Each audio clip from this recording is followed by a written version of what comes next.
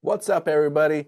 Tax season is over for some. Some of you filed extensions or business owners, but if you didn't file enough income on your tax returns and still want to buy a house, there's other options for you. You can actually do a business. Oh, crap. Let's start over. Keep going. You can actually buy a house using your business or personal bank statements where we take the last 12 months or 24 months, take an average, take a percentage, and use that as income and not have to use your tax returns to worry about filing enough income. So what does that do? It saves you on having to pay the IRS because you don't want to pay Uncle Sam. And also it shows your true income because let's take a look at your bank statements for income because that's where your true deposits are, not necessarily what you file. Most people, when they file taxes, what do they do? They try to write off as much as possible.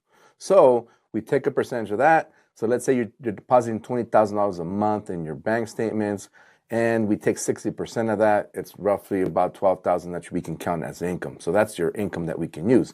You can go with as little as 10% down on this bank statement loan, depending on your FICO score. The better your FICO score, the better the interest rate. And with 10% down on these programs, there is no PMI, so it saves you on the PMI as well.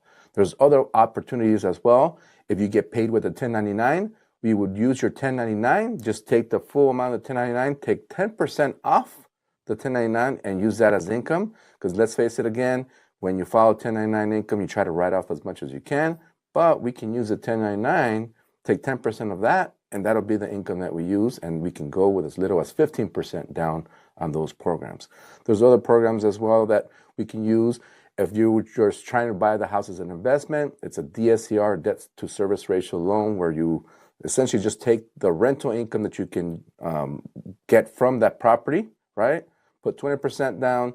Let's say the mortgage payment is $2,800 and you can rent it for $3,000. That's all the income you have to show as long as you have your 20% down. And there's programs where you can get 5% down of your own monies and you can get a gift for the rest. So if you buy conventional, usually you can't even get a gift if you're buying as an investment property. But with these programs, you can use 5% of your own money and you get gifted the rest of the funds to buy these investment properties just using the rental income to offset that mortgage payment. So there's other opportunities for you guys as business owners, as investors, without having to use your personal income and without having to use your full assets as well, because you can get gifts for the down payment and closing costs.